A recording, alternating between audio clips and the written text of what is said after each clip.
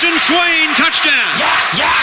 It's time for the Swain Event with your host, Jason Swain. My man. Real sports talk for the real sports fan. All you chumps are gonna bow when I whoop him. It's time for the Swain Event, fueled by Dead End Barbecue. Give me 2 laps and a Ric Flair.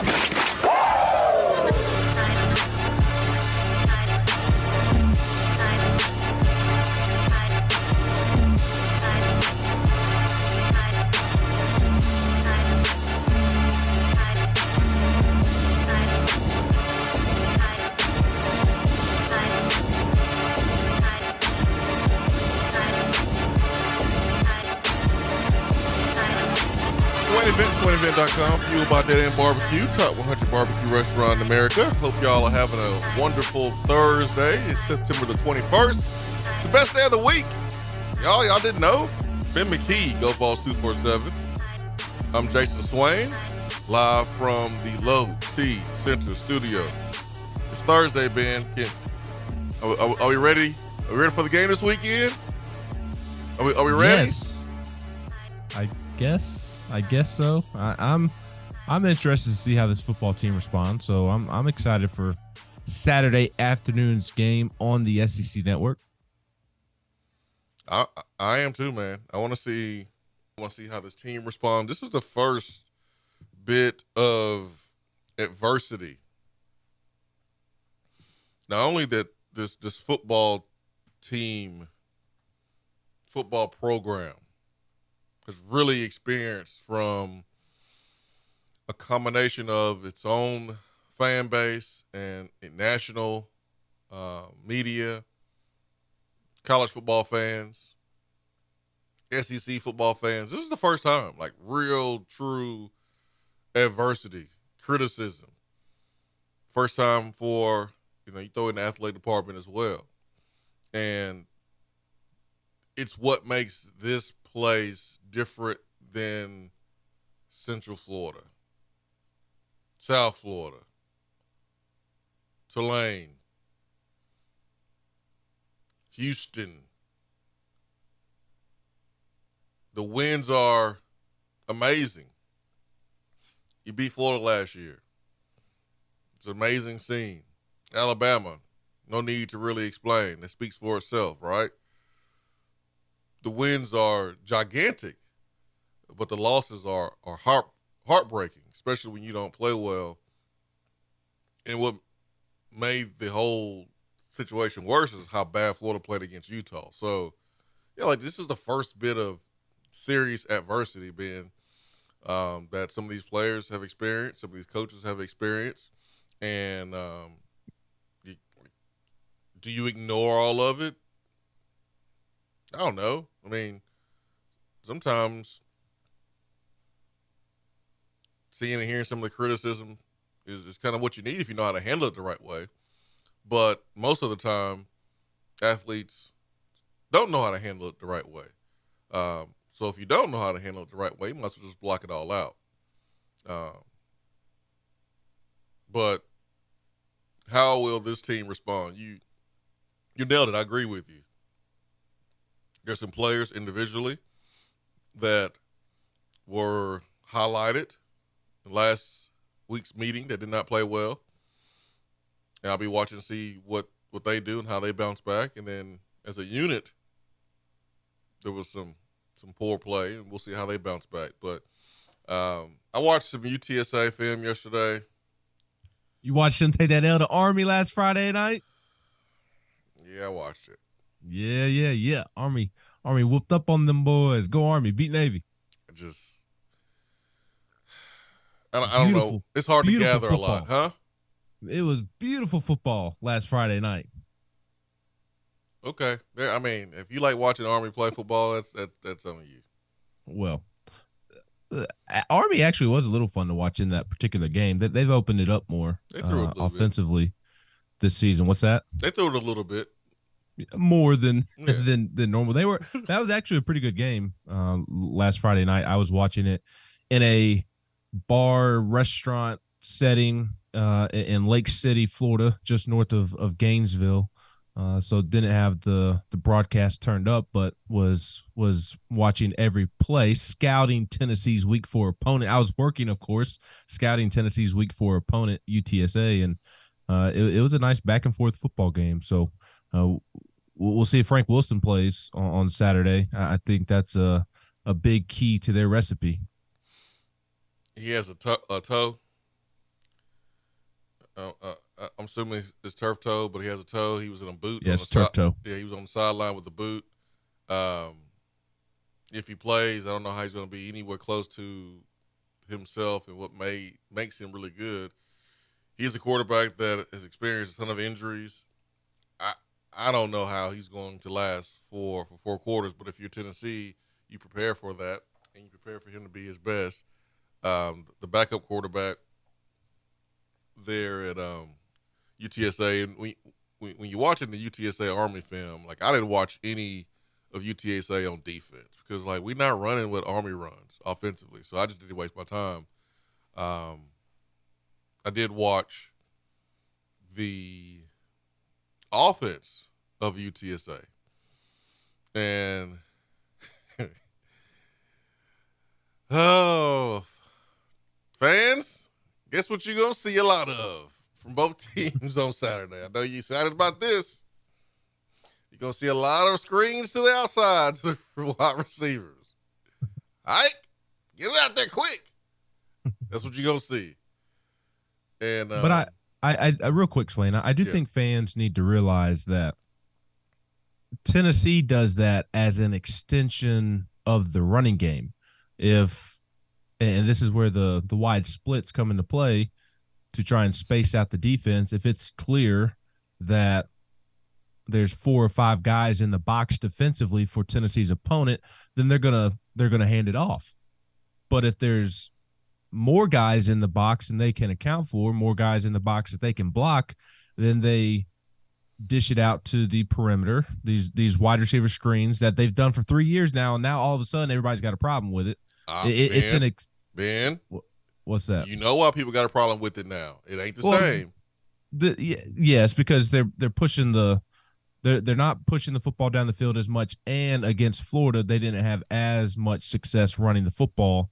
But some people have made it seem like it's just not smart football, I guess, over the last couple of days. And within the system that they run, it is actually smart football because it's an extension of the running game, and they're tossing it out to the perimeter because it's an easy pitch and catch. You block a guy and you should get positive yardage, which, on a side note, Swain, I don't feel like you can correct me on this, but it seems like Tennessee is not getting that extra yak this year on these plays.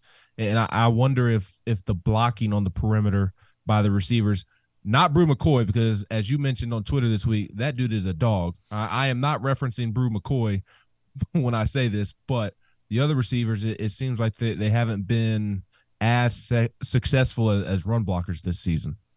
I'm proud of Squirrel. You know, he's small, and there's some physical limitations there with Squirrel when it comes to that particular play, whether it's blocking a bigger, stronger defender or being able to shake off a defender when he has the ball in his hand. But he was so quick and decisive with his decision-making.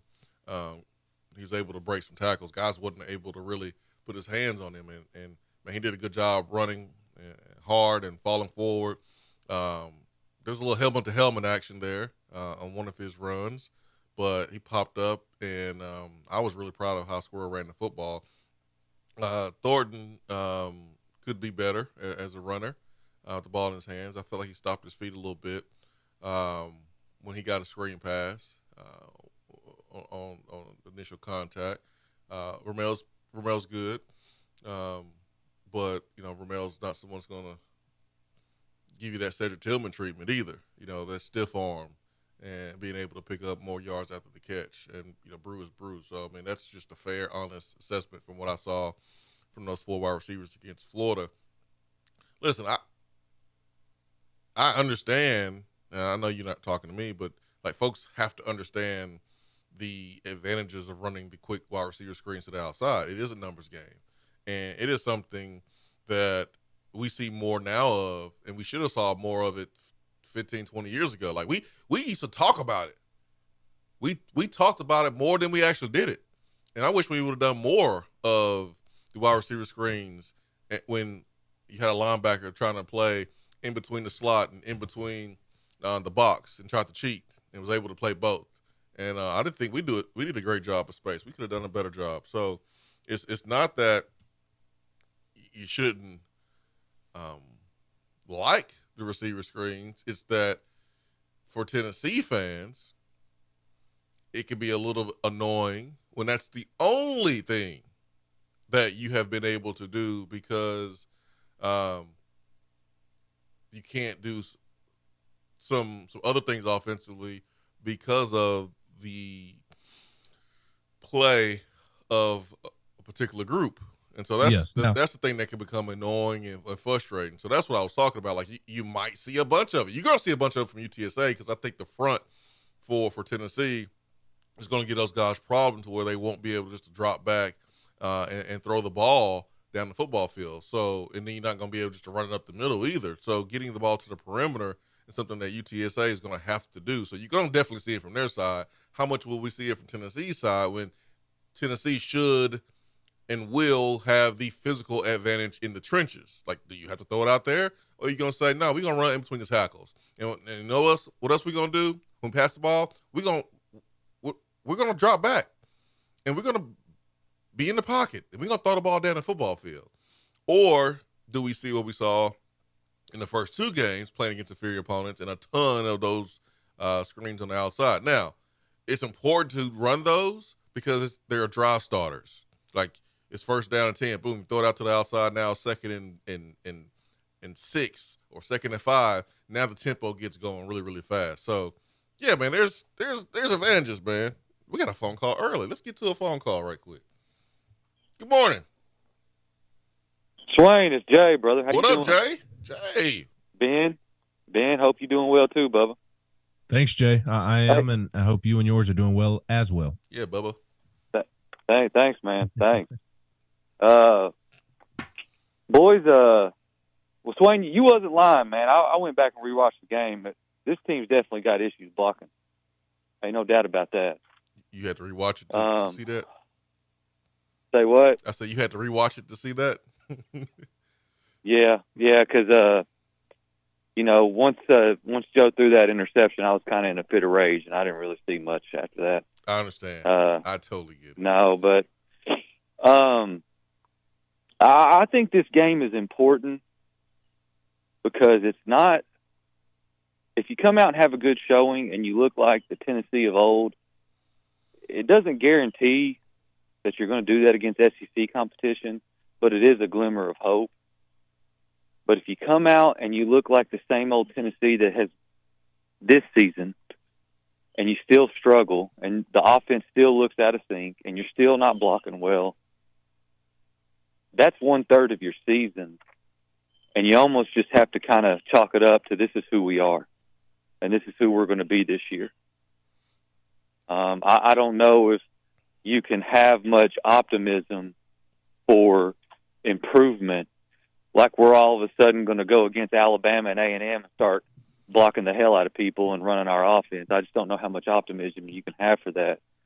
And, guys, fair or unfair, when people look at Heupel's track record and see that this guy's been at multiple schools with multiple quarterbacks, and statistically at least, every year he's produced really good offenses, top 15, top 10, they're going to come to the conclusion that the one year that his offense struggles just so happened to be with a quarterback that has a reputation of being wildly inconsistent. Now, I'm not saying that's fair. I'm not saying that's the whole truth, but that is the conclusion that this fan base as a whole is going to come to. Yeah, I feel like some have the same thought process, Jay. I mean, I'm not going to sit here and say I agree with all of that. I think there's some other factors for sure, and I think there's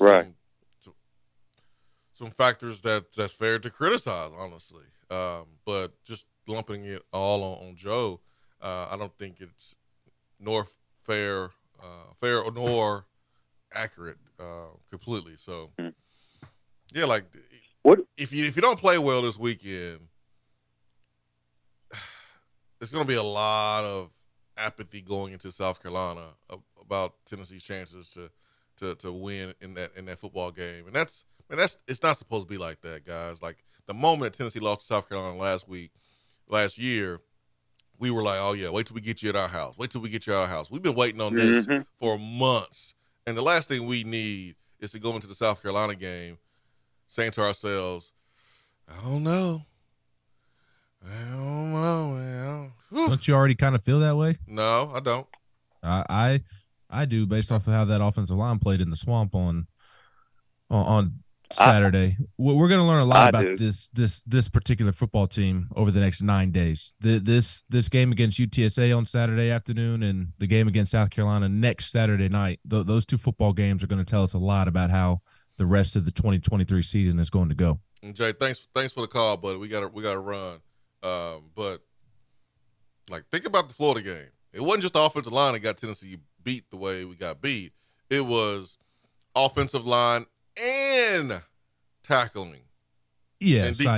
So like if Tennessee's offensive line still has the same issues, which, listen, it's not going to be dramatically better anytime soon, but if it could be better a little bit, and the defense is better, you still can handle South Carolina. Like that's a possibility. So like it was multiple factors that led to us losing the way we lost against Florida.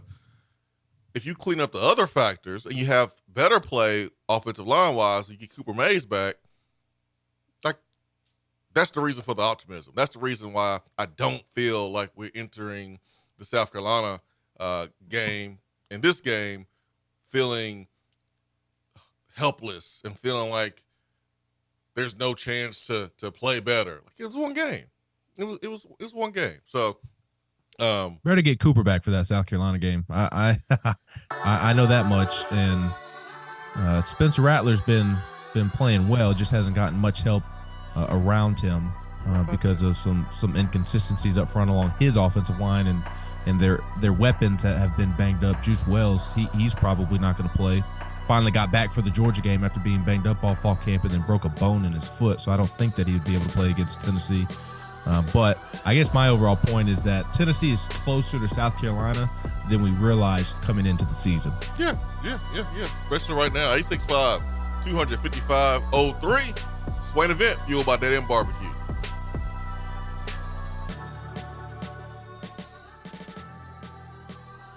You're listening to the Swain Event. You don't say. Fueled by Dead End Barbecue. Hey, Knoxville, we all know the importance of mental health. Most people don't have regular mental health care. They often wait. Let's change that. Isn't it time we all consider our mental health as important as our physical health? If you are ready, Mind Body Wellness in Knoxville can help you design a plan for your mental wellness. We are accessible, affordable, and available. You are worth it. Visit mindbodyknoxville.com to schedule a mental wellness assessment today. When you are craving some quality barbecue, there's only one place to go. Dead End Barbecue. Dead End Barbecue has been featured on ESPN's Taste of the Town, the first barbecue restaurant on the SEC Network, CBS Sports, Headline News Tailgate Show, Amazon Prime's The Restaurant Comeback, Food Paradise, and named one of the top 100 barbecue restaurants in America. The search is over. Dead End Barbecue is located on 3621 Sutherland Avenue right here in Knoxville. You can even have it delivered right to your door through Chow Now. Visit their website at deadendbbq.com. Dead End Barbecue.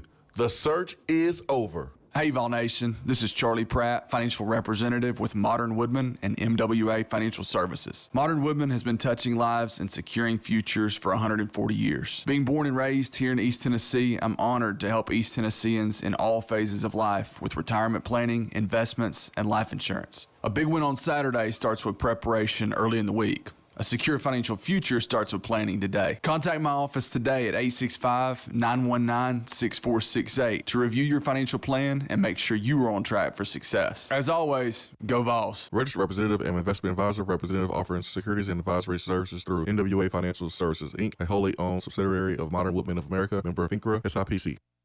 Good morning, Swain Event family. Take a deep breath in and release. We're all back together in the AM and life is good. If you have real estate needs, just give me a call, Jennifer Morris, at 865-257-7897 or email me at jennifermorris865@gmail.com. And go Vols. Just because you can't call in doesn't mean that you have to sit on the sideline. Impact the show with a text box. It's part of the free Swain Event app.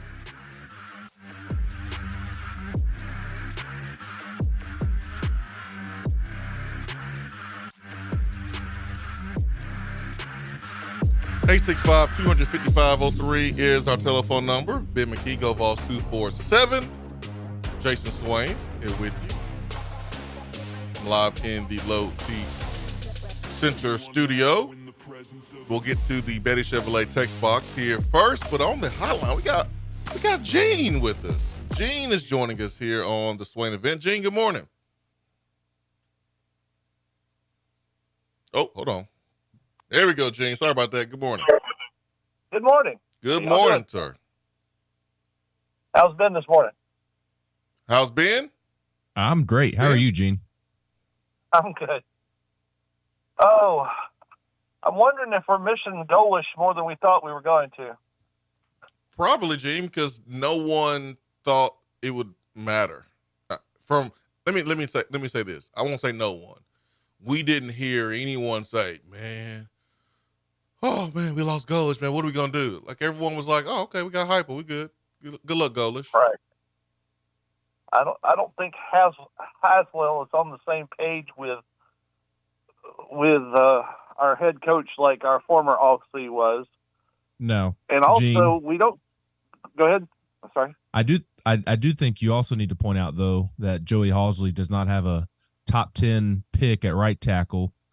Does not have a guard in Jerome Carvin, who played a ton of really, really solid football, a dynamic or a utility player in Princeton Fant that was very valuable last season, and then two NFL receivers in Jalen Hyatt and Cedric Tillman. The personnel that Joey Halsley is working with is significantly different than the person Alex Golesh was working with. Oh, and I didn't even mention Hendon Hooker, the guy who should have been in New York in the Heisman finalist ceremony. I agree. But he also doesn't have his play calling experience. Yes, but I'm not convinced.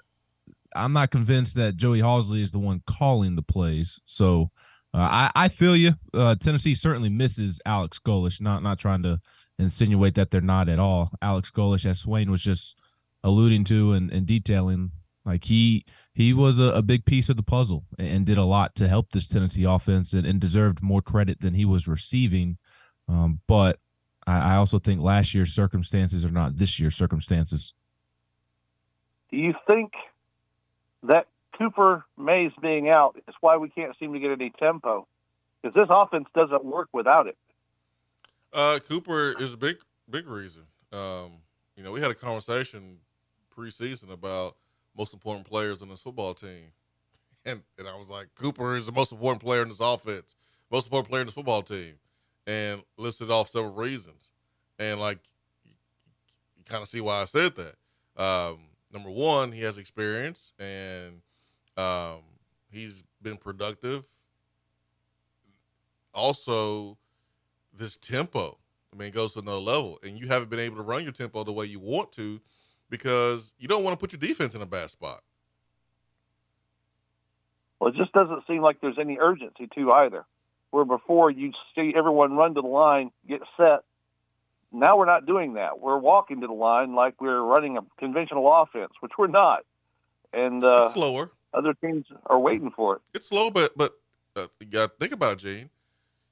When you have offensive line that's struggling and the offense is struggling the way it is, you got to play more of complementary football. So the days of having a series going 3 and out and possessing that ball on that drive for 43 seconds, you can't do that. You can't do that to your defense.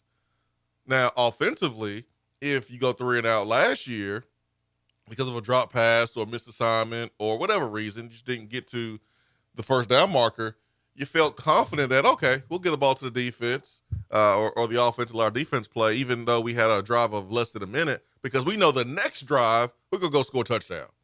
You had that confidence in your offense. Whereas now it's like, I don't know. So let's slow the tempo down a little bit.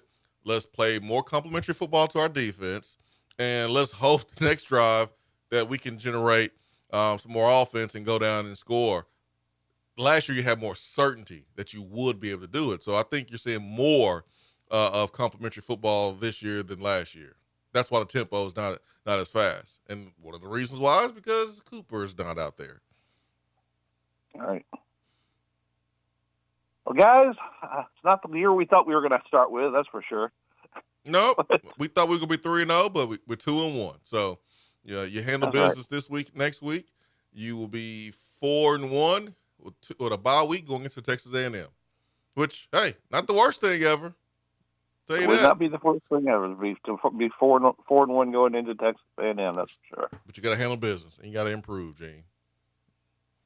Well, guys, I'm going to let you go. I appreciate the fact that you're doing Tuesdays and Thursdays now. I love hearing you back in the morning. All right. Well, hey, Gene, thank you so much, my friend. We look forward to continuing to do it Tuesdays and Thursdays right here on the Swain Event. All right, let's go back to the phones. And who do we have with us? It's Vol Nation, man. What's up, Vol Nation? I'm doing good, bro. How y'all doing, man? Man, wonderful, wonderful. Hope you are, too. It's good seeing you. Oh, yeah, doing great, man. We're on vacation in Kissimmee right now and enjoying some family time. You know, nothing like seeing your grandbabies splash around in the water and have a good time as a granddaddy. You just got to sit back and watch, man. So it's been great. Oh, man, I bet it's great, but I'll take my time experiencing that, my friend. What you got on your mind today? Oh, man, one thing, thank you for getting a chance to see. I apologize we didn't give you a call. So, you know, it's the first time, actually, my daughter actually been in the stadium. She'd been there multiple times, but not necessarily actually in the stadium. So next time I'll give you a heads up and let you know we're in town and we can hang out. But yes, sir. Watching this game, I think you summarized it perfectly. We should not be in a panic about trying to replace the coach or replace the quarterback. You know, there's so many different facets of the team that, particularly in the first half, they did not execute very well. They looked like they did not meet the moment. A lot of it was undisciplined, pre-snap penalties, getting off schedule, then trying to make that up, then the poor tackling on the defense. It was a lot of different factors, you know what I'm saying? The second half, they looked like they were a little bit more in sync. They got on schedule, even with some of the poor officiating that was taking place that not many people have talked about. But anyway, they looked a lot better. And like you said, I think when you look at the tempo, when you look at the urgency, when you look at the structure of how they function, it starts with the center. People think it's the quarterback, but it's really the center being able to walk up to the line, being able to identify what's going on, getting the offensive line ready to go, and then communicating, and then him working with the quarterback to make sure everybody understands the blocking assignments and what's going on pre-snap, and then hiking the ball and moving. And I think when Cooper Mays comes back, a lot of that stuff will be fixed pertaining to that. But once again, you're missing not only Cooper Mays, you're also missing Mincy because of his foolishness. So I think the offensive line rotation has been a little bit out of sync, which has caused a major problem, along with the inconsistency of the offense and the defense. So I think Joe overall didn't play, his best football, but he wasn't extremely bad either. And to think that Nico was going to actually come in and do a better job, to me, is a little short-sighted, just because you'll be putting a lot of pressure on a freshman to come in, though he may be a little bit more talented, to come in and understand the offense at that level and play at that level, particularly in the swamp with all the different factors of the offensive line and everybody not necessarily doing their job. So I'm excited about us progressing. Like, I'm with you guys. I'm thinking, this weekend and then the weekend after that of South Carolina is going to show a lot about what this football program is really about pertaining to this team this year. If they can get their stuff together and progress. I'm not very impressed by Alabama. I'm not super impressed by Georgia. There's not many teams I am very impressed by. You can look at Ohio State, not very impressed with them either. To me, I look at the schedule, Clemson, it don't really matter who it is. I'm not very impressed with anybody, except maybe Colorado, watching Deion out there doing things, but I'm not overly impressed with that either. But I'm saying that if we can progress week in and week out and get better and get back on schedule and do what we need to do, we can still have a very successful season. So I don't think they need to throw Joe Milton away and trash the season, and trash the coach, trash the scheme. You know, it's a work in progress. Like you said, we lost a lot of NFL guys last year, and maybe we didn't appreciate Hendon Hooker as much as we should have, and how such a special talent he really was. And then, like I said, yeah, Golish isn't here, but once again, I think, you know, the head ball coach right now is probably calling a lot of the plays, which all this came from him anyway. But it's just, you know, understanding that we're still having to work through a progress or a process of getting this team actually playing as a unit. And it's just going to take some time. So that's all I got to say, bro. I just wanted to get you guys' opinion on that and continue to hear what you guys got to say, man. And congratulations, Ben. My wife just told me about something I guess she saw on Facebook about number 2. Is that right? Yep, the McKees are expecting baby number 2 in March, so we're very excited about that and appreciate the well wishes. Yes, sir, man. You're a great father. Both of you guys are, man. I'm really proud of both of y'all, man. Love you both, man. Hopefully I get a chance to see y'all soon. Tell Savannah your wife and Swain your wife hello. Miss you guys. Hopefully get a chance to hook up and get a chance to see each other face to face. All right, man. All right. Vol Nation, thank you. All right, talk to y'all soon, bro. For the phone call. Ben McKee got that message from Maury. You are the father. You are the father. Well, we haven't confirmed it. I have been assuming these last couple of months that I am the father. Maybe you better stop. You better stop. 865-255-03 is our telephone number. Let's go back to the phones. And good morning. Who do we have with us? Justin in Florida. Good morning, boys. Oh, Justin in Florida, man. Big hug. Thoughts and prayers with you, my man, down there in Florida. Ben, who is worse right now, the Red Sox or the Yankees? I'm not having this conversation today. Last time I looked earlier in the week, the Yankees were a game ahead of you all, the Red Sox, in 5th place in last. So I'll take what I can get, I guess. Gotcha. Yeah, it's been a brutal season for baseball. I got to admit, I can't even watch it anymore. I only know Tennessee baseball, Jay. Well, not Jay, Justin. I only know Tennessee baseball, and they start fall practice next week. That's the only baseball I know. Well, apparently not, because apparently you're hitting home runs around the house. Congratulations on number 2. Thank you. I appreciate that. Yeah. Wanted to kind of call in. There was, I think it was like 2, maybe 3 callers ago, was talking about, you know, this team, you know, possibly still getting up to where we were last year. And, you know, that's probably a little unfair. And I think you guys have done a great job pointing it out that in some of the things that we've lost, it's not that we can't be good, but getting back up to that level, I think, is going to be hard for the personnel we have. And I think there was still just too many, you know, questions coming into the year. But with regards to that, I always hear about the defense and the tackling, and I hear Tim Banks' name mentioned. I hear the play of the corners. I hear Willie Martinez's name mentioned. One thing I'm not hearing right now, I have not heard out of anybody Glenn Ellerby's name mentioned, because I would love for someone to ask this question.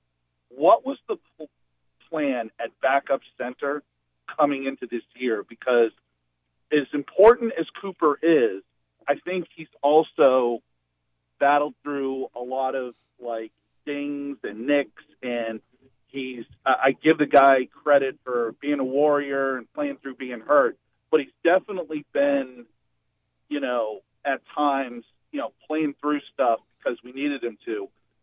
In year 3, don't you think it is safe to assume we'd have at least a backup center identified? Because if I'm not mistaken, right before the season when Cooper got hurt, they started, quote unquote, trying guys out at center.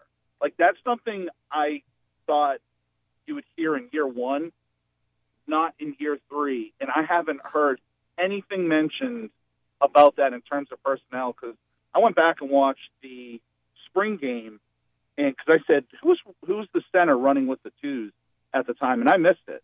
And it was Parker Ball, who I really, really like the kid, but that's a walk-on.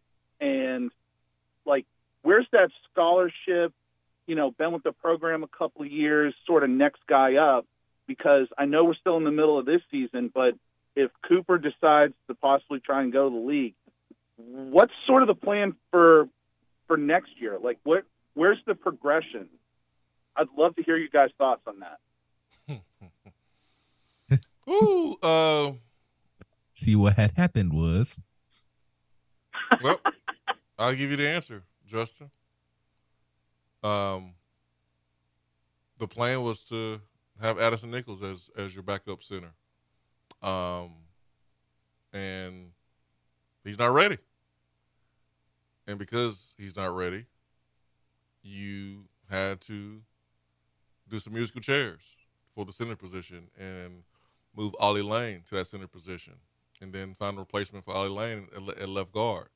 And so if you look at the last two recruiting classes, offensive line for Tennessee, for us, there's not a guy right now playing.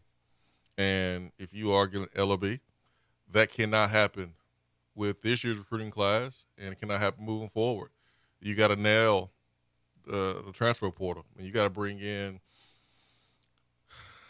probably a dang near whole new offensive line from the transfer portal.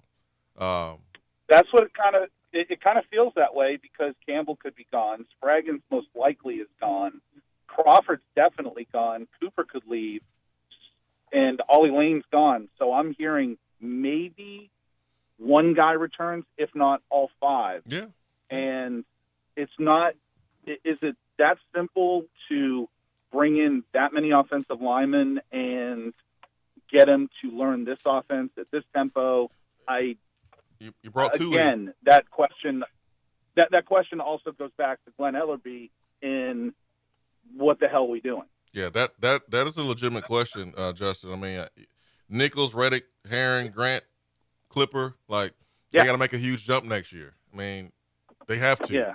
And you have to go out and you have to get some guys from the portal, which Tennessee was able to go get 2 this year, and you're going to have to go get more, and you can't miss at all. So, yeah, I know people are wanting to see Nico, but next year's offensive line may be in a worse shape than this year's offensive line if we don't develop and recruit at a high level from the transfer portal, and we got to make sure that we don't miss with some of these freshmen. I don't expect freshman linemen to come in on either side of the football and play day one, but when you have 4 or 5 come in or 6 come in, can one of them possibly be ready at some point during the season or be ready their second season? I think that's not too much to ask. So we gotta nail that. We have to nail that. And Josh Heupel said it. The biggest difference between the SEC and anywhere else in college football is the trenches and the quality of players you have to deal with and block on the defensive line. So you ain't wrong, Justin. Okay. It's just right now it just feels like it's a personnel problem, in that, but our personnel was better in year 2, and now I always expected this to be a 3-4 year turnaround just because of where we were at, and it takes time and everything. And I felt like year 2 kind of, spiked us up. A lot of things clicked. We, were probably kind of fortunate with the injury bug, and we avoided it for the most part. And this year it's hit us, Keenan Peely, Cooper Mays, we'll get those guys back, at some point this season. But coming into SEC play, you start going around and looking at a lot of positions. I mean, I guess I wouldn't have expected this out of this staff in year 3, especially after sending guys to the league, going 11-2, being the 6th ranked team in the country, and combine that with NIL opportunities for guys to come in.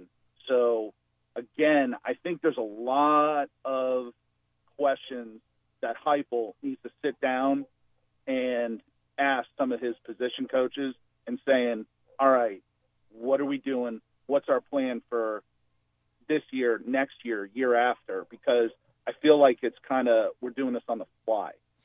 Yeah, I mean, year two, Justin, and thank you, man, for the great phone call. Yeah, year two shocked and spoiled us, because year two is supposed to be year three. When you look at the progression of a program when a coach takes over. So first year, you wasn't even close to Florida. It wasn't even close to Alabama in those games. And then you lost this year to Florida by 2 scores.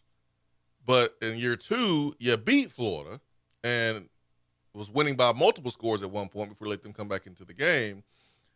Last year felt like it cut the rebuild off by 2 years. And because last year was so special, year two of rebuild, now you're seeing why it was going to be a 4-year rebuild. But there's work to be done. There's work to be done. Ain't no doubt about it. And it starts on the offensive line. It is work to be done. But you do have the NIL, and you do have a coach that can develop, but we got to be really great recruiters. We got to be great recruiters. That's the only way it's going to work. You got to be a great recruiter. No one cares how much you can develop in the SEC. You got to be able to do both. And in some cases, you got to be a better recruiter than you are a developer. In some cases. There's teams that won championships with coaches who are better recruiters than developers. So we just got to hit the pavement, and we got to recruit better. I mean, there's really no other way around it. 865-255-03. We'll take a quick comeback, quick timeout, and we'll come back. You okay, Ben? Justin, make your eyebrows hit the top of your head, make your jaw hit the floor. I mean, that's a thought that I've had all week long. Is it's been more poor roster management, in my opinion, that they did not have a clear-cut center. You mentioned Addison Nichols, but there was even question about him even being a true center in the first place. So poor roster management there that they've got to solve this offseason. Yep, 100%. 865-255-03. We will be right back. Stay with us.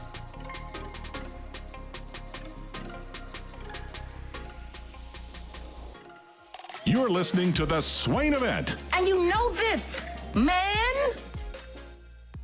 Here in Knoxville, we love it when a squirrel's in the checkerboards. But when there's a squirrel in our attic, that's all sides. When that happens, call Alpha Wildlife. They're Knoxville's veteran-owned and operated wildlife removal company. When unwanted critters put their feet up on your coffee table, call 865-224-6555. Let the Tennessee fans at Alpha Wildlife evict those unwanted tenants and set your home up with a winning defense to keep that wildlife where it belongs. That's Alpha Wildlife at 865-224-6555. They have locations in Nashville, Memphis, Chattanooga, and in parts of South Carolina. Check them out online at alphawildlife.com.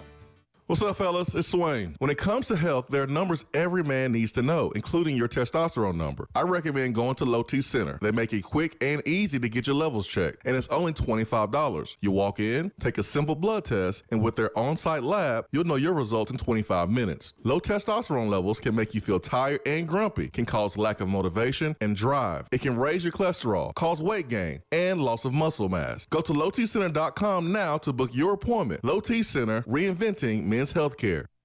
Dead End Barbecue has you covered when you need the food to be on point for your next event. Go to deadendbbq.com to learn more or call 865-414-9417. Dead End Barbecue, the catering search is over. Hey there, Swain Event crew. Just like fall sports, the Knoxville area real estate market is strong and growing stronger. We're an everything region. When you get the big orange itch to buy, sell, or invest, call me, Jennifer Morris with Keller Williams Realty at 865-257-7897 or email me at jennifermorris865@gmail.com. Go Vols! Looking for a different way to enjoy the show? Yes. Then check out Swain Event TV on YouTube.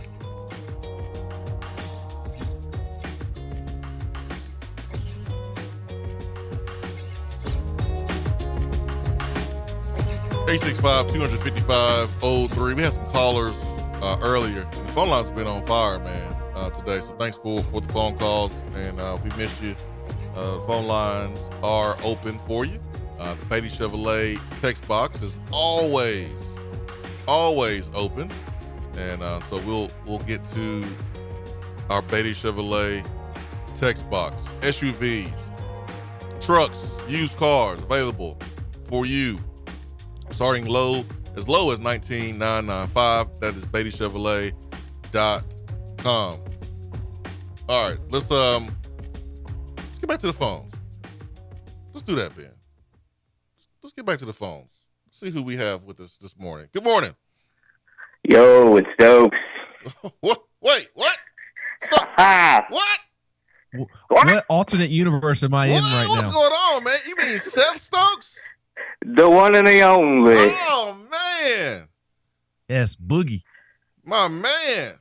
Seth My Stokes. No, never mind. That's Ben. Hey, what's up? That's Good morning. Ben right now. Yeah, I know, right? What's up? What's up, Seth?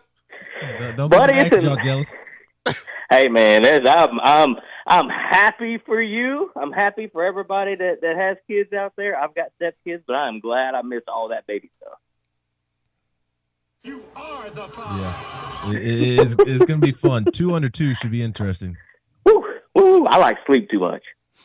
Me too. Unfortunately. Oh my goodness, gentlemen, it's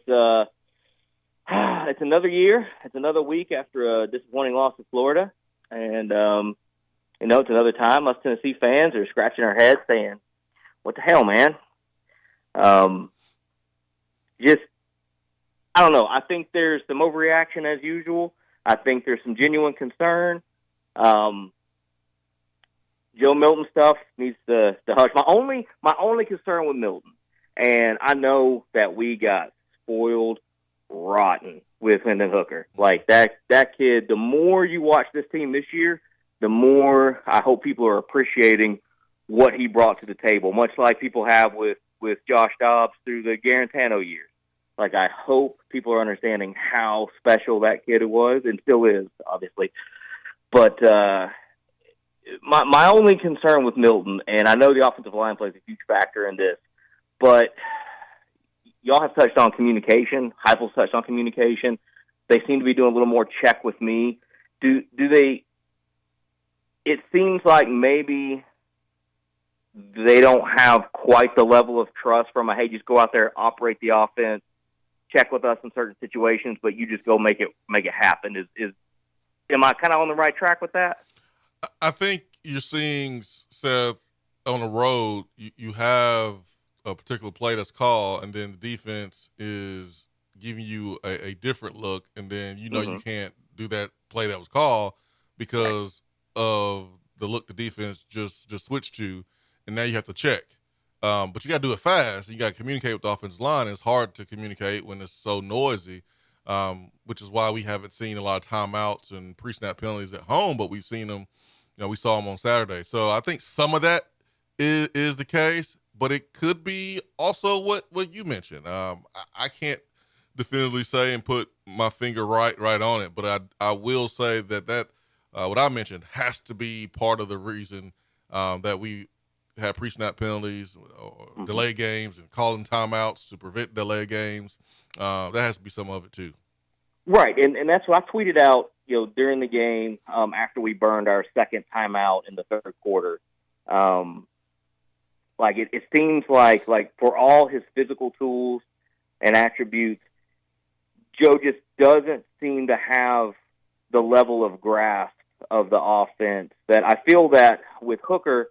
And it is unfair to compare Joe to Hendon because they're two different players, but that's what we have, right? That's what we have. But when you look at how the offense operated last year and how it's operating this year, my big criticism of Milton is it seems that they don't have the level of trust to say, hey, you make the check, like you change the play. Like, you read the defense, you change the play, keep this thing running quickly, whereas I think you saw that a little bit more with Hendon last year. But regardless of, even if he did have that trust, I don't trust the offensive line to block for him to execute properly. You're seeing, 33% of his passes have been completed behind the line of scrimmage because he has no time to throw the ball. That's been a concern for me. That's a concern for me moving forward. I think that gets better with time, with getting Cooper Mays back whenever that happens.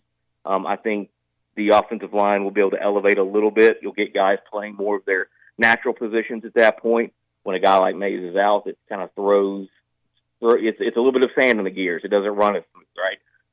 But my biggest concern is where's the effort in the tackling, as it's been talked about ad nauseum, and why is this staff not playing some of the younger guys a little bit more? Like, I don't understand Haddon being put back in the game, and I just don't understand why a kid with that much talent continues to make some of the most boneheaded decisions and mistakes a guy that's been playing for a couple of years can make, and the plays off, the lack of effort at times, and how he keeps seeing the field so much. Like, I think the one knock on this staff to this point is a little bit of roster management, but also are they just slow at developing players? Are they missing in recruiting a little more than we think they are, and maybe some players are bigger projects than they had originally thought? Like, where are we at with that? Stokes, I think when you look at the staff and you look at development, I mean, Rodney Garner obviously is the GOAT when it comes to development. Yeah. But secondly, I mean, based on history, I mean, you got to look at Willie Martinez. I think Willie Martinez is also the best recruiter. I mean, too. So, I think it's fair to question why Willie plays veteran guys sometimes over younger players when those veteran players are not playing with a sense of urgency that we know is required to be successful on defense, and missing tackles and not showing the best effort. I think this game is going to be a telltale sign of kind of what the staff is thinking, especially in the secondary, because Tim Banks is a secondary coach too at the end of the day, who's our defensive coordinator. So I think this is a game where you got to play young guys. You can't have a lot of rope with older players who are not doing what they need to be doing. Like, you got to put younger dudes in.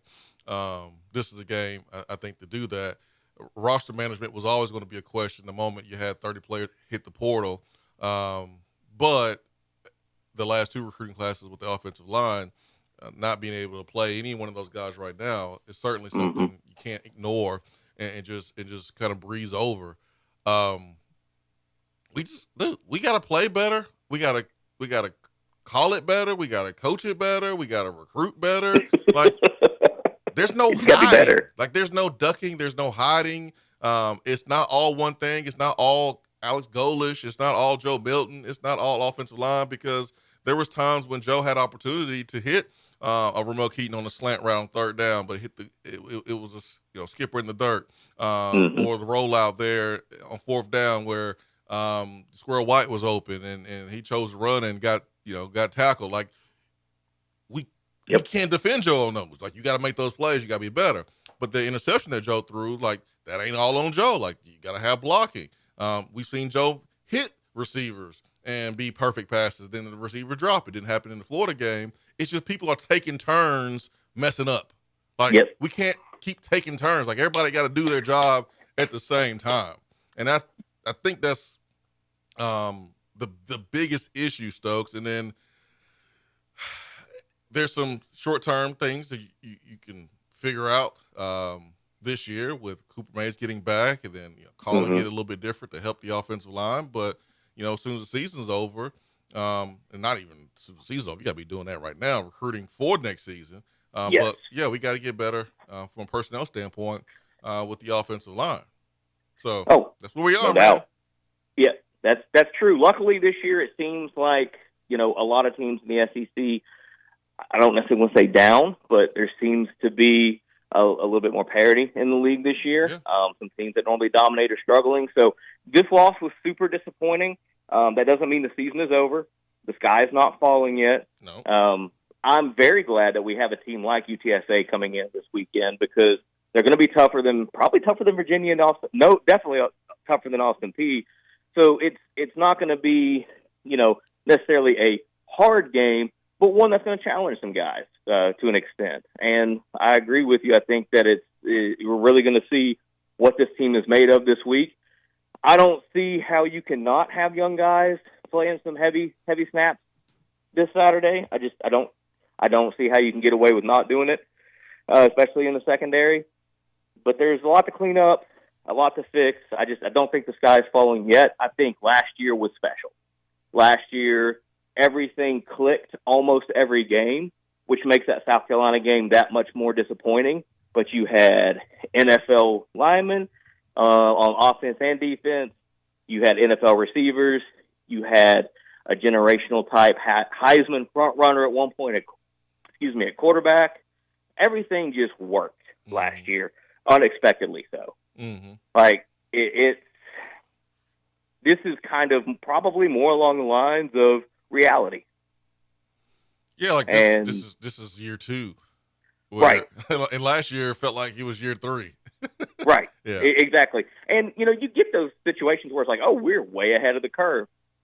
But it's right place, right time. Everything kind of bounces your way. And the one thing that was there last year that we didn't see at the South Carolina game and that is popped up this year is, I think, overall, the sense of urgency and the effort. I think maybe there was a little bit of, hey, we were so good last year, we're just going to pick right up where we left off, and, we've arrived. And that's not the case. This roster, while there's a lot of talent, still has holes, still has depth issues, still needs, like, you can't go from just one year being like, hey, we're on the right track, to having a spectacular year going, oh, it's all fixed, because it's not. Mm-hmm. And we're seeing that now. That's why I want to ask a couple of questions I was pondering over the week, and, want to talk to you guys. It's been a little while, and, there's a lot of good football left to be played. Just got to clean some stuff up. I don't like pre-snap penalties. That's ridiculous. That's a discipline thing. And I don't like lack of effort. Those are my 2 biggest complaints on this season. Hey, got to fix it, Stokes. Hey, man, it's so good to hear from you, man. What a surprise. Thank you. Yes, sir. Yes, sir. Thanks for having me on. Congratulations again, Ben. Man, y'all keep killing it. All right, man. Love you, man. Thanks, Stokes. Great to hear from you. Oh, wow. Pleasant surprise from our guy, Seth Stokes. Could have texted brother, let us know he was on call. The guy who got me going in this business. I know. Teaching me how to press all the buttons at the old studio. Yeah, man. He could have let a brother know. No warning or anything. The surprise is better. Yeah, I guess so. All right, let's hit this text box, man. A lot of good stuff here. And we just haven't been able to get to the text box because of our phone calls, which have been really good. The Beatty Chevrolet text box, BeattyChevrolet.com. We'll get down to the beginning of the show. Wallace Mink says, before the season, we knew that there would be an O-line issue. Lots of talk was around how even that was the case. You don't have to be perfect, but it seems like Heupel's offense needs that O-line. Or like Swain said, the block off the Charger to work first. Question is, has the offensive line play been worse, or does Heupel's offense have to have a better line than many people assume? There's not any offense that's going to be successful without offensive linemen. There's not one offense. I'm sorry, like you can't be good offensively if you don't have protection. Because to be the best offense you can be, you're able to win in multiple situations. So, like, when there's obvious run on 3rd down and 1, like, you got to be able to run the football. At the end of the day, you got to be able to run the football like a wing T or power I or power T offense. Like, when it's short down and short yard situations. It don't matter about splits. It doesn't matter about tempo. It's 3rd and 1. It's 4th and 1. It's me versus you. But then there's other situations where you have to win too on the offensive line, where it is an open field, and then you can spread people out, and you can have some elements of air raid, but also running the football with power and toughness. Like, good offense are able to do all of it. And this Tennessee offense last year was able to do that because you had an offensive line that exceeded everyone's expectations. So there's not an offense in the history of football that could be good, great. And Tennessee's was great last year without an offensive line. Like you just can't do it. Raleigh Ball says on the way to work, love y'all, appreciate that. Is this game one of the most important games to not lose a fan base, so that the environment against South Carolina is where it should be? Got to have kneeling rocking against South Carolina. I mean, folks pay for them tickets now. Vol teacher, people pay for them South Carolina tickets. Like they coming to the game. But I think it's important for the buildup of the South Carolina game to come out and look better than you did against Florida. Like there's a lot of folks that had this game circled on their calendar based on what happened last year and how Shane Beamer ran it up. Oh, he ran it up on purpose last year. And there's a lot of dudes on this football team that was there in Columbia last year that they'll be ready. They better be ready because you can't lose that one. I mean, I didn't see us losing 2 games in September. Can't let that happen. A man of male, Mac, is it an overreaction to think that maybe there are some locker room issues? Hearing Joe's comments about come together or separate, Sampson's Sheeta pick, Beasley not being surprised by lack of discipline. Feels like this team is lacking that leadership and continuity it had when Hooker was at the helm. No, this team don't have the same leadership when Hooker was at the helm because Hooker was a unbelievable leader. Like, we were going to downgrade, folks, from him to Hooker. We understand that, right? There was going to be a drop-off. Hendon is that special. It's a reason why he climbed the draft boards with a torn ACL, because he was that impressive in his interviews with scouts and personnel people. He's that special, folks. People ran through a brick wall for him. People followed him. That's why this team was really, really good last year. Dylan's, he mad he didn't play. I would be mad too. Now, I don't know if putting it on social media in that way was the best move, but I understand. And he should have played. And I like that he ain't happy about not playing. And I understand. But I don't contribute that to like locker room issues, which, hey, I mean, you can if you want to. I just don't. Joe's comments about coming together or separate. I don't know. Like, I don't think there's a or. I think there's only one option here, and that is to play together and come together. I mean, these guys had a team meeting a couple days prior, and so may have to have another one to make sure, See, are guys comfortable calling each other out?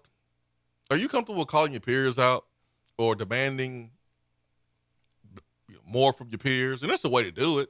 Like, you don't have to call somebody out the name. You don't have to. I mean, there's just a way to do it. It's how you package it all. But I don't think there's any serious locker room issues right now. Cooper, if healthy, I feel like needs to play. I think if Cooper is healthy and people feel like he's healthy and he's not playing and the offensive line is struggling, folks are going to look around and be like, we ain't coming, man. We out here struggling. That can maybe be something, but hernia is no joke. That is no joke at all. So hopefully when we see him, he elevates the play of the offensive line in a huge way. But I don't look at what's going on right now and say there's some serious locker room issues. Like, when you lose like that on the road at Florida, like, you're gonna be upset.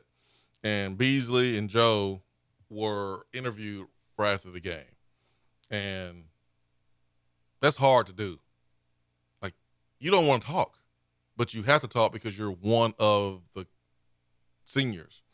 And sometimes it comes out wrong. It does. In frustration. I also think Joe. I think Joe was also just kind of talking to get through his interview to the point that you just made. Yeah. And was using that line as more of a coach speaky line, if that makes sense. I think he was just trying to get through the interview. Yeah, I'm not nitpicking that, man. Like I said on Tuesday, like I said, I'm not gonna nitpick it, but there's no or. We're burning the ships. We are coming together. Because I know how it is to be in that moment after a loss. Like, you really not trying to talk. You just trying to get it over with. And you know that you need to do it because you are one of the seniors and you're supposed to be one of the leaders. So, I mean, technically there is an or, because it could spiral out of control and go the negative way. But as a player losing your third game of the season in September, you can't allow your mind to go to that place. I mean, I listened to Zach Arnett's interview. It popped up on TV after Mississippi State's lost to LSU, and he said the same thing. Not the same words, but he alluded to the same thing. Like, hey, after a loss like this, we can either all come together and make corrections that need to be made, or we continue to do what we're doing, and we're going to be sitting up at this podium discussing a lot more losses like this one throughout the course of the season. And then with Aaron Beasley, he has since claimed that he did not understand the question, which is very, very possible, obviously. But also, on the flip side, I also have a hard time believing that how undisciplined Tennessee was against Florida, that just popped up out of nowhere. Like, those mistakes that we saw on Saturday aren't mistakes that just pop up out of nowhere. That to me is something that has been happening throughout the course of camp, and we even saw it the first 2 weeks. It wasn't as magnified because you weren't playing Florida on the road in the swamp and you didn't lose, but it's kind of been a trend this season. So I think he did get emotional and was frustrated after the game, and maybe said a little too much, even with one word. But he has since said through Tennessee that he did not understand the question, and he should have asked to repeat the question. But on the flip side, the conspiracy theorist in me, which I'm not much of a conspiracy theorist, like, I also have a hard time, like, all these undisciplined issues just popped up out of nowhere. I'll make this last point, and we'll go to break and we'll come back and go to the phones. Joe's come together, separate. I'll make this point in addition to what I've already said about it. Because really, at the end of the day, Joe can't make anyone else do their job. He can't make anyone else play hard. He can't make anyone else watch extra film. He can encourage. He can lead by example. But really, at the end of the day, it ain't just Joe. Like, other guys have to go do their job and play with the same intensity that they need to play with to go out there and win and play at a high level. So, like, also consider that when trying to pull apart Joe's comments. Like, yeah, Joe can do everything he can to try to lead from being vocal and leading by example. And I don't expect him to be as good as a leader as Hendon, because I'm sorry, Hendon was the best. And so we'll see this weekend, man, how this team responds.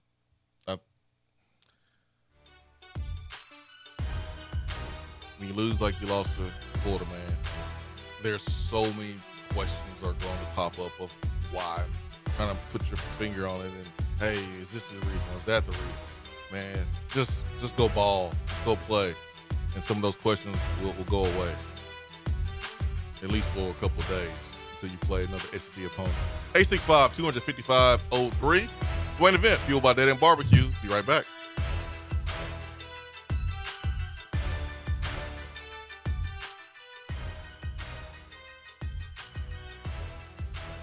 What's up, Swain Event family? It's great to be on board. This is Taylor Hawkins with Modern Woodman Fraternal Financial, and I have one question for you. When was the last time you have slowed down and evaluated your financial situation? Just like the Vols, a great game plan leads to victory. Let us help you achieve your financial goals with a custom-made game plan. No matter what stage of life you're in, protecting your family and hard-earned money is important. So let one of our local and trusted financial professionals secure your future by visiting one of our 10 branch offices across Tennessee, or give us a call locally at 865-312-5638. And remember, go Vols. Registered representative and investment advisor. Representative offering securities and advisory services through NWA Financial Services, Inc., a wholly owned subsidiary of Modern Woodmen of America, member of FINCRA, SIPC.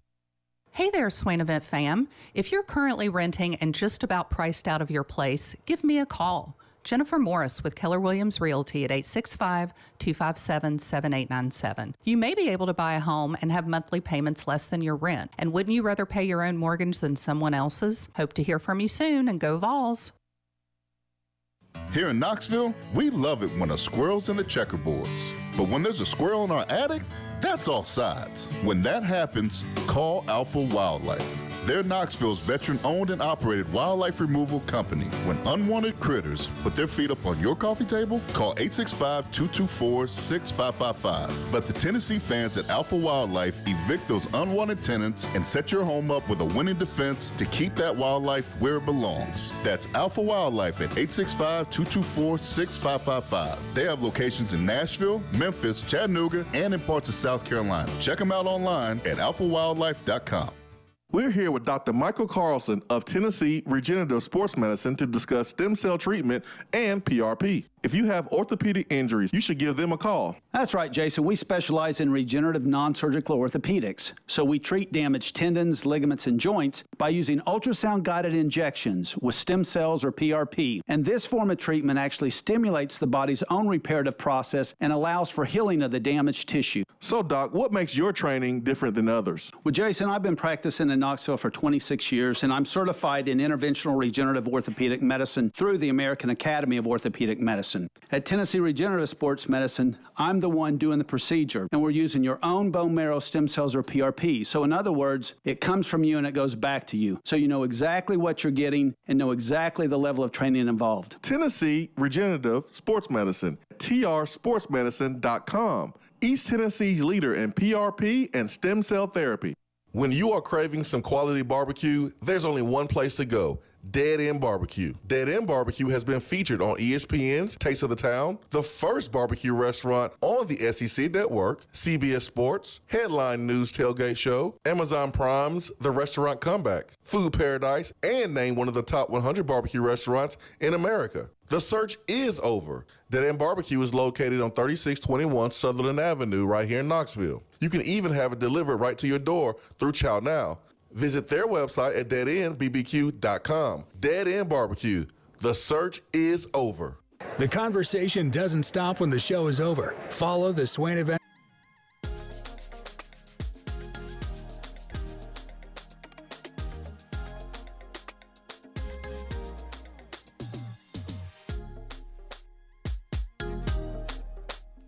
Swain Event, SwainEvent.com, fueled by Dead End Barbecue, top 100 barbecue restaurant in America. Let's get to the phones. 865-255-03. Good morning. Who do we have with us? It's Rusty, just waiting on this sun to rise. Oh, Rusty, man. Good morning. So good to hear from you. Good morning, bro. Oh, it's always good on Tuesdays and Thursdays. Makes my day so much better. So after rewatching numerous times, the disorganization pre-snap, to me, was the real offensive issues. I have my opinions on defense. Defense, I thought, was just a horrible first half game plan and the wrong way to try to defend that Florida offense and Mertz. But that's another thing that they can go back and the coaches can just say, hey, we messed up. You can't really do anything about that. But offensively, it was all pre-snap, not being able to be organized quick enough. And is it the fact that it's a new OC, or is it that Joe isn't processing things quickly, or is it that Joe was having to individually check with each offensive lineman because he doesn't have Cooper Mays, who basically took care of the offensive line himself and let the quarterback, when he's in the ball game, worry about the skill position checks and moving faster. And I really want your take on it. I don't know that we're that much worse without Cooper physically. I think we're that much worse without Cooper mentally. I think it's worse mentally than physically, but obviously both are in play here. Yeah. I just think the middle's bigger. Yeah. Well, I mean, and I'm not here to pick on Ollie Lane at all, because I know he's doing his best. And yeah, it's not his fault. It's not his fault. It's not an effort thing. With Ollie, and coming to the season, the Virginia game was the first time he ever snapped a football. So it's not his fault we didn't have. One's a 3-year starter. Yeah, it's not his fault. One's a 3-year starter and one's a new guy. Yeah, it's not his fault that you don't have legitimate center backups, and it's not his fault that Cooper was out. But scene down there, it got to him. I mean, he did a fake snap. That's all mental right there, right?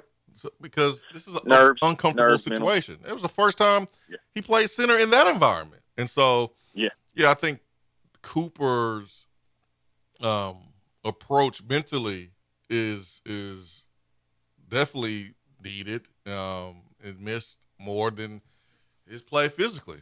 Yeah, I can't disagree with you on that one. I saw too many times Joe was having to go talk into the earpiece of each of the offensive linemen, and I don't believe that would have had to happen if Joe could just give the signal to Coop, or Coop get the signal and Coop be the one that communicates with the line and take that burden off of Joe. And I believe that's been going on when Coop's been in the ballgame the last couple of years. But no, this isn't me picking on the guys, any of the guys. No, I know. I just wanted to make sure. I know. That's like, Bernie Veazey having to come in the ball game a couple snaps for T. Martin. I mean, there's going to be a drop off because one guy's been playing quarterback for 2 years, and one guy's making his first time he ever took a snap and shotgun. Yeah, there's nobody's going to punish that kid who's going to think badly of that kid.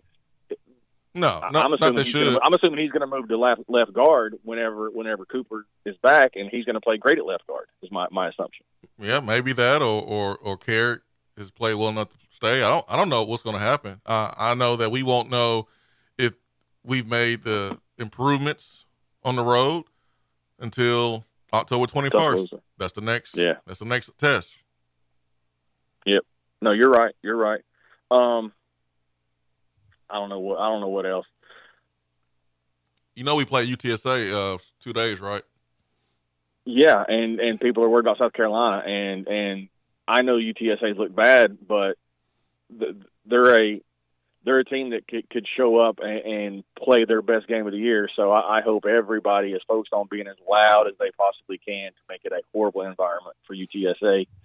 And I hope we play finally the clean football as a team. It was this time last year that we started playing clean football. We were kind of a hot mess a little bit and making a lot of silly stuff through Ball State, Akron, and Pitt. Mm-hmm. It was about this time last year that we started playing clean, and hopefully this week. Yeah, and we weren't clean for at least the first half against Florida until the Ramel Keaton dive and catch. Mm-hmm. We were a hot mess that day. Mm-hmm.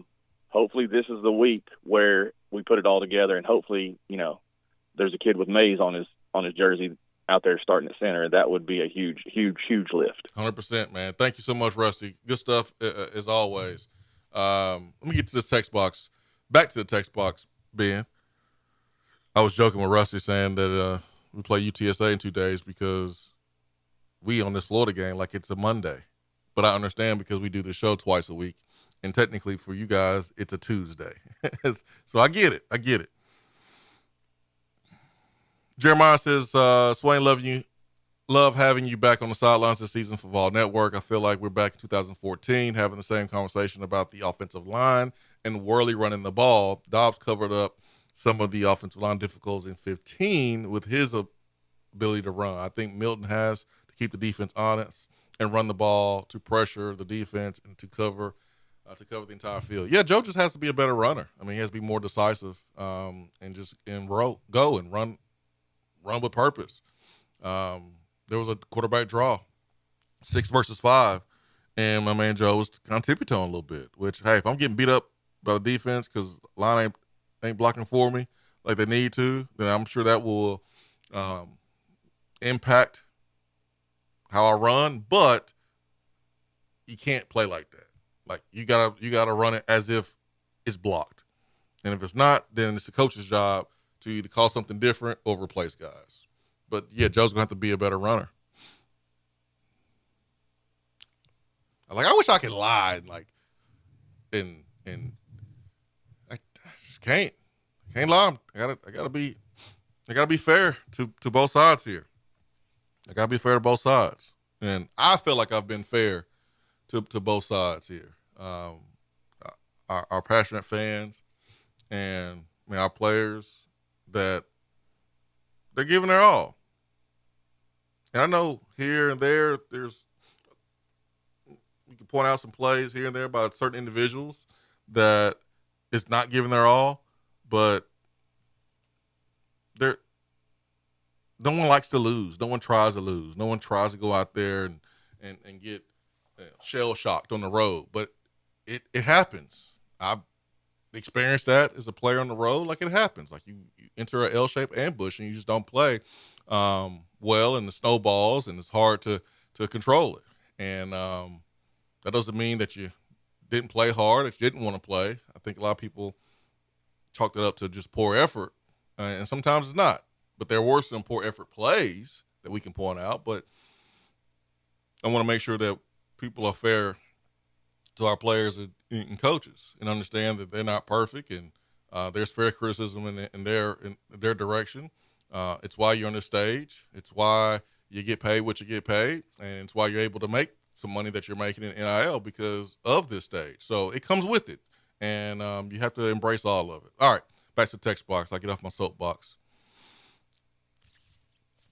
Vol from Charlotte, how much was this team pressing on trying to make this team as good as last year's team, and do you think a loss could free them up the rest of the way?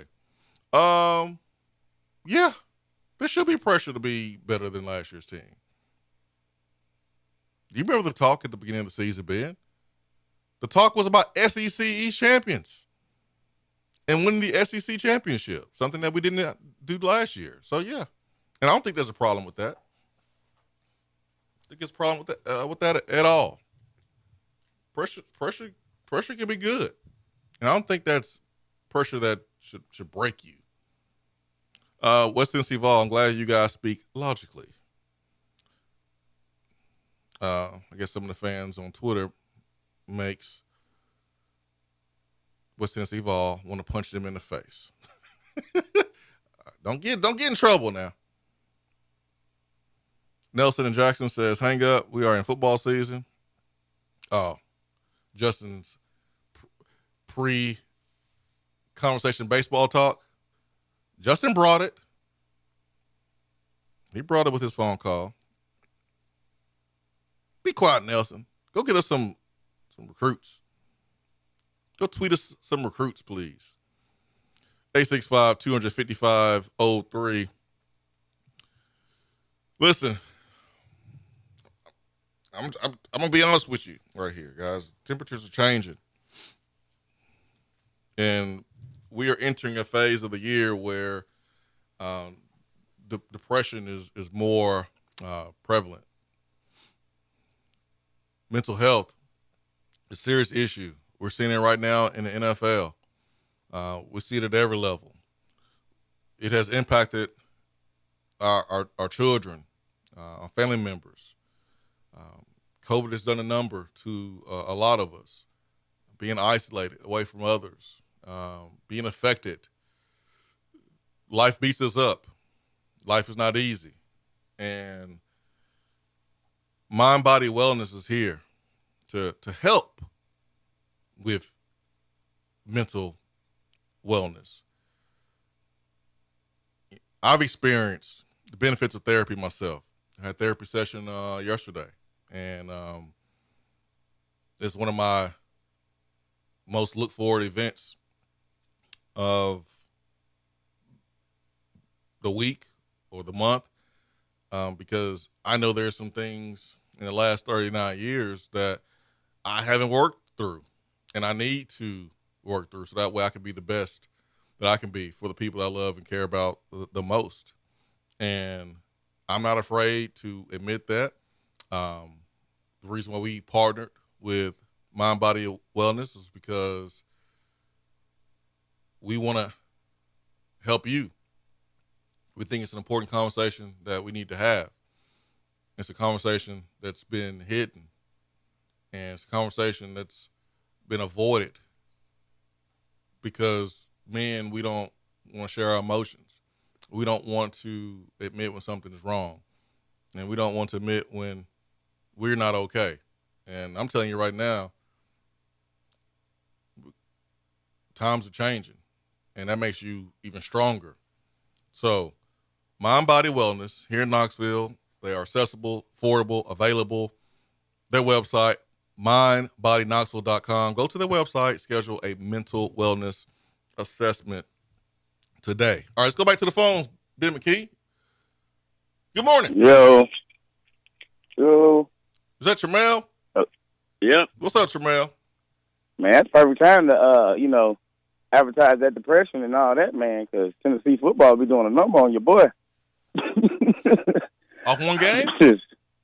I mean, you can call it what you want, dude, but I've seen so much stuff in that game that just gave me cause for pause, bro.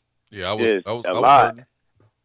Like, a lot, man. Like, and I hate to say this, I lost a little bit of respect for Josh, calling that timeout with 4 seconds left. Like, come on, bro. Like, that was petty. Like, we got our butts kicked. Like, take that butt whooping and get on down. And then just at points in that game, bro, it just looked like he just didn't know what he was doing.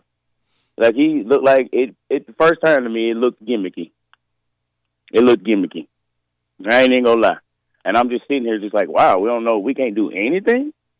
Like, we can't do anything. And then the coach is looking dumbfounded a little bit, man, on a couple occasions.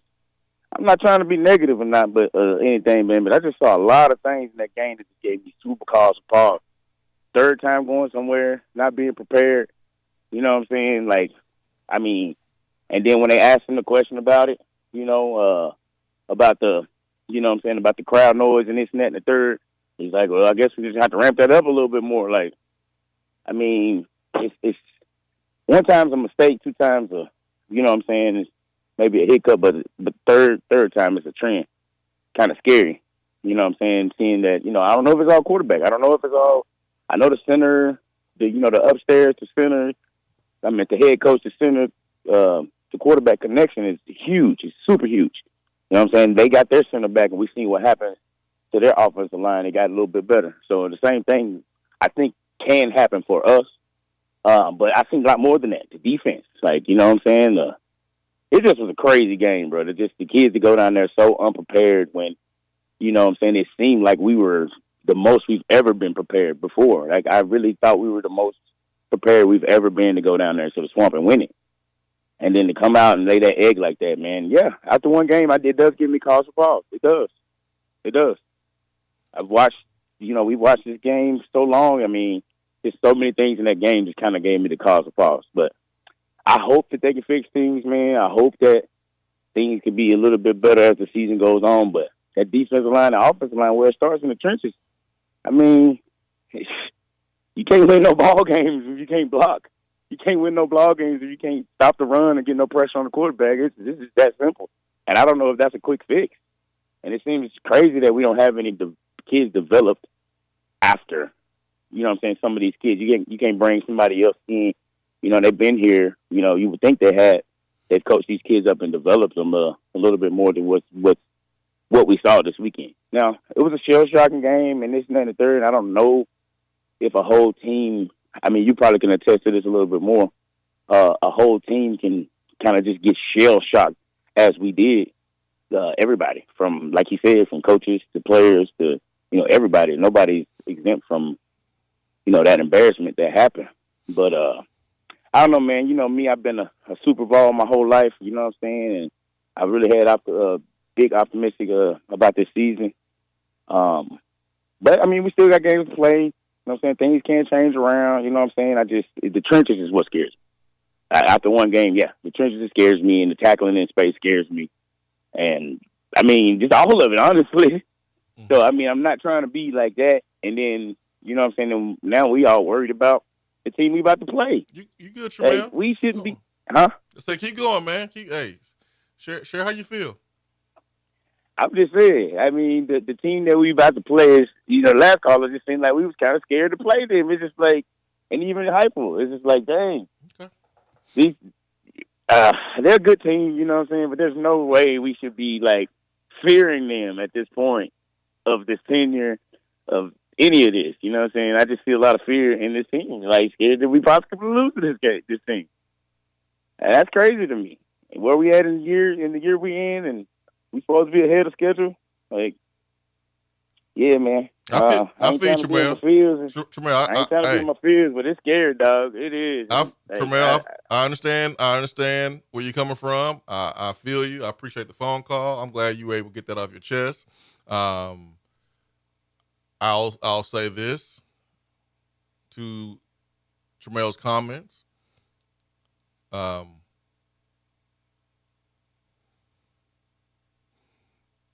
issues we saw in the Florida game, some of those issues can be fixed in a week. Some of those issues that include offensive line without Cooper Mays, or even offensive line with Cooper Mays, can't just be fixed snapping your finger. There's some things you can do to improve, mask some of the weaknesses, but they can improve. Tackling can improve 100%. Being where you need to be, fitting gaps, that could be improved. We can throw it better. We can run it better. Like, there's a lot of things that can be improved. And some that's going to take the offseason from that game. But I do understand Tremel's feeling. I do. Tremel been holding this all in all week, man. So get it out, Tremel, on Thursday. Now, Josh Harper calling timeout. Do you mind if I keep it real, Ben? You mind? Okay. You do mind or you don't mind? Okay. You give me permission to keep it real. Okay. We know Josh Heupel is a bit. He's always been petty. We liked the pettiness last year. We liked it in his first year when he ran up the score in Missouri at their own house. We liked it last year when he ran the trick play with Princeton Fant versus UT Martin. Oh, yeah, we like that. We liked it. We like the pettiness when it benefits us. But that was the first time with the pettiness. Maybe it was pettiness, maybe it wasn't. But I think it's a little bit of that and pride. But Bill Napier called a timeout, which he didn't have to do. I don't care if you didn't want to take a delay game or not. And I'm not saying what Josh Heupel did was right, taking a timeout. But I can put myself in Heupel's shoes and go, man, you got the game won. You going to call a timeout? All right, I'm going to call a timeout too then. But because of their actions, it led to players being suspended by two coaches. And so this is the first time where the pettiness got Heupel maybe in a little bit of trouble in terms of some fair criticism. But, hey, man, I get it because I'm petty sometimes. I understand. And there's going to be times when I'm petty and it bites me. And there's going to be other times when the pettiness doesn't get me in trouble. And so, but let's not forget the times that we loved and encouraged the pettiness in the first 2 years, Josh Heupel. All right, let me get back to the text box. Oh, boy. Tremel.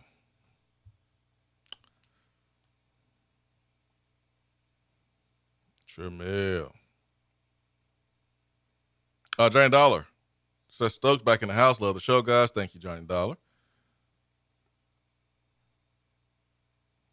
Jennifer Morris, did we miss out on some O-line portal guys that chose other schools over at UT? I mean, we got two this past cycle in the portal. We gotta get more this cycle, and the guys that we recruited this cycle, I don't know if we can expect them to be day one contributors on the offensive line, but the guys that were recruited in the first two recruiting cycles under Heupel, they got to step up next year, and we got to nail it in the portal as well. All right, Ben. Next segment. All you, man. All you. It's the Ben McKee segment. Ben McKee segment. Are you ready, Ben? Which tells me. Huh? I said, people don't want to hear that. I only know baseball. That's what the message board tells me. Oh, man. 865-250-5503. We'll come back for our last segment. Getting your message in on the text box. Final thoughts, final comments. Ben McKee. Go Vols 247. It's the Ben McKee segment coming up. Hey, Knoxville, we all know the importance of mental health. Most people don't have regular mental health care. They often wait. Let's change that. Isn't it time we all consider our mental health as important as our physical health? If you are ready, Mind Body Wellness in Knoxville can help you design a plan for your mental wellness. We are accessible, affordable, and available. You are worth it. Visit mindbodyknoxville.com to schedule a mental wellness assessment today. It is so good to be here with Charlie Pratt with Modern Woodman and MWA Financial Services. And Charlie, you have a passion for helping and working with East Tennesseans. Why is that? Man, I was born and raised here in Knoxville. My family's owned a business here since the 1920s. I played football at Central High School and Maryville College. I'm just really proud to work in East Tennessee. What are you the most proud of? We do a really good job of meeting people where they're at on their financial journey. I've got clients that are just now starting out. I've got clients that are in the middle of saving and doing a great job, and I've got clients who have worked really hard their whole lives, and it's time for them to enjoy their retirement. It's my job to make sure their money lasts as long as they do in retirement, and they're able to leave a legacy for their family. So with that being said, what are the next steps? Let's sit down and take a look at your financial plan. Give me a call, 865-919-6468. Registered representative and investment advisor, representative offering securities and advisory services through NWA Financial Services, Inc., a wholly owned subsidiary of Modern Woodmen of America, member FINCRA, SIPC. Dead End Barbecue has you covered when you need the food to be on point for your next event. Go to deadendbbq.com to learn more or call 865-414-9417. Dead End Barbecue, the catering search is over. Guys, let me talk to you here. If you've noticed a lack of energy, motivation, and drive, it could be low T. Schedule your complete health assessment at Low T Center. They now offer the convenience of monitored self-inject at-home testosterone treatments for just $155 a month cash pay, or covered by most health insurance. If you don't live near Low T Center, or you just want the convenience of an at-home treatment, Low T Center makes it easy shipping your treatments directly to you with the peace of mind of monitored treatment. Go to lowtcenter.com to book your appointment online. Low T Center, reinventing men's healthcare. I know missing the show live is a bummer, but don't fret. You can catch up on the podcast posted daily on the app, online, and on iTunes. Awesome!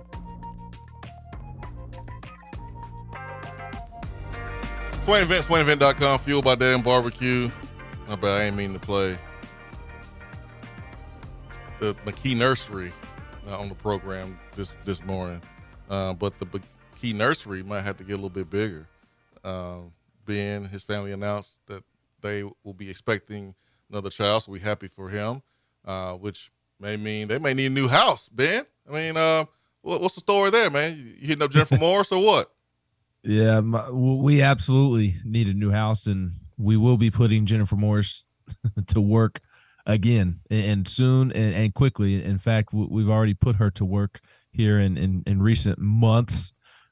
But we need a new house, a bigger house, and we will certainly be utilizing Jennifer Morris.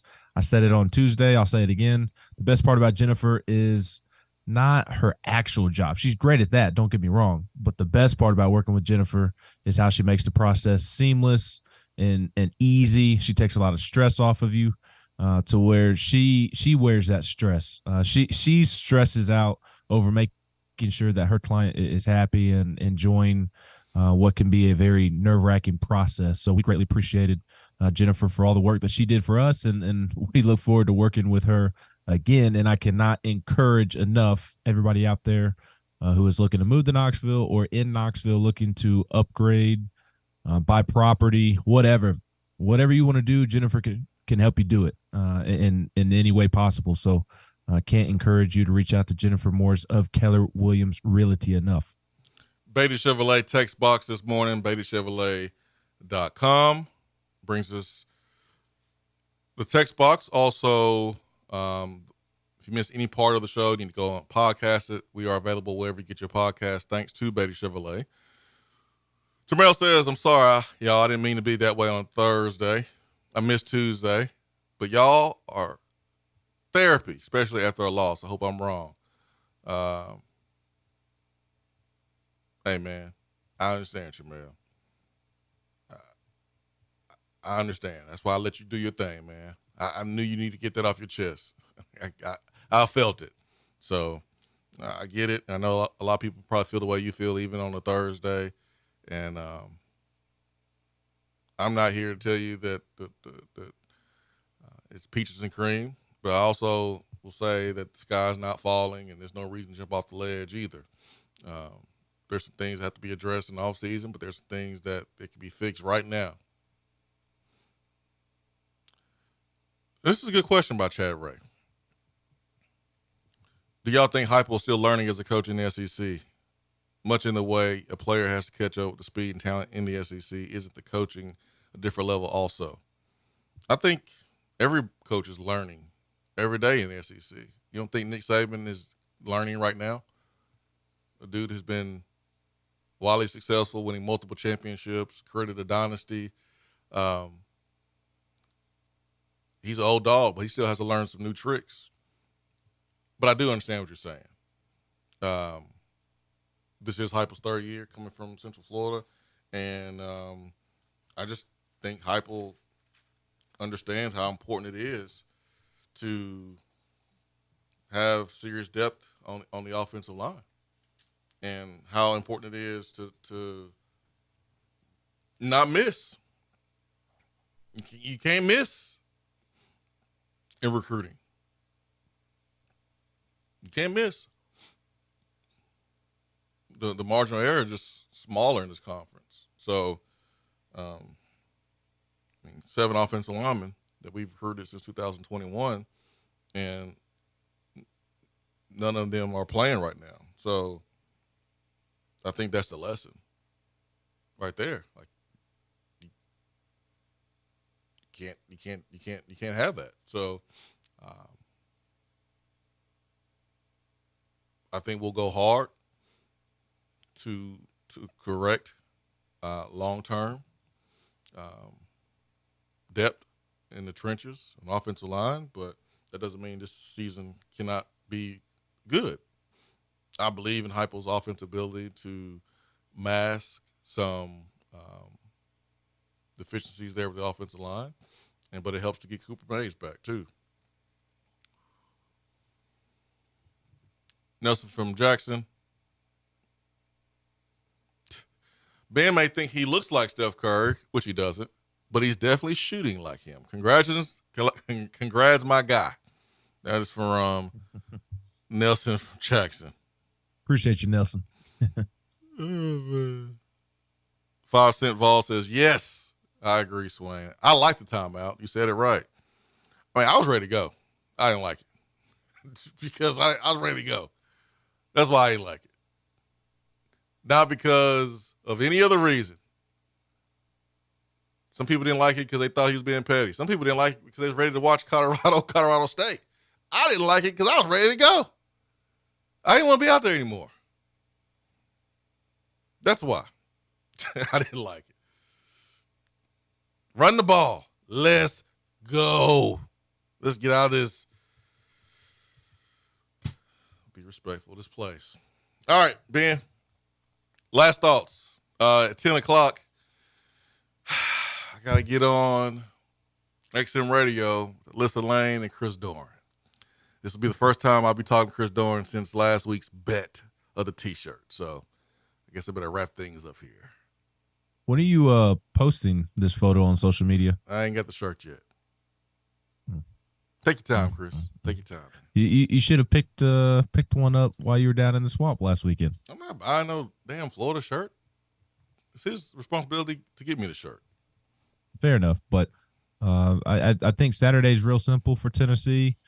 I think it would be a great sign of cutting down on the penalties, and I also think it would be great to see Tennessee win more in the trenches as well. Tennessee's defensive front should frankly dominate UTSA in the trenches.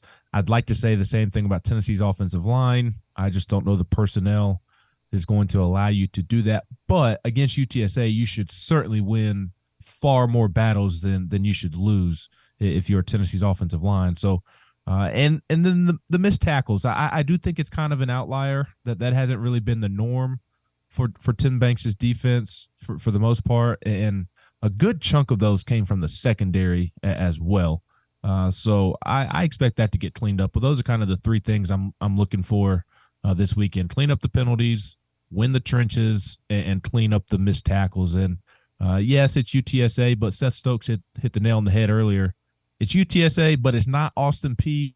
It's a good football program that in between that's perfect for Tennessee to sharpen its tools before it goes into South Carolina. Ben McKee, I promise you after this game, I will be in a better mood and I will talk to you. Okay? Well, I don't want to talk to you after the game, so. No, I'm talking to you this game. But I'm not going to talk to you. Well, I'll do the talking. You did talking last week. I'll do talking this week. All right? How about that? Deal. The last thing you want to do, guys, is experience breakdowns in your heating system when the first temperature drop happens. That's why it's time to get your heating tune-up taken care of. And luckily, there's happy half-off month at Hiller. Tune-ups are 50% off. This month, Hiller is making it easier than ever to tackle those necessary home replacements by giving you 50% off select add-on items. Hiller's work is backed by the Happy You'll Be Your Services free guarantee, and they make it super easy for you to book appointments. You go online. It's very convenient. You select the appointment time that works for you and get instant confirmation. That is Hiller Plumbing, Heating, Cooling, and Electrical. HappyHiller.com. All right, man, Tuesday, we are back. 8 a.m. We'll rock it out. Big thanks to everyone listening. Great phone calls today. I know this is our second day this week, so I understand the need to get things off the chest from the previous game. But, man, what an opportunity for this team. It's a get-right game for Tennessee. And we'll be back on Tuesday to talk about it and much more. Swain Event, fueled by Dead End Barbecue, top 100 barbecue restaurant in America. For Ben McKee, GoVols 247, I'm Jason Swain. Peace and much love. We are out.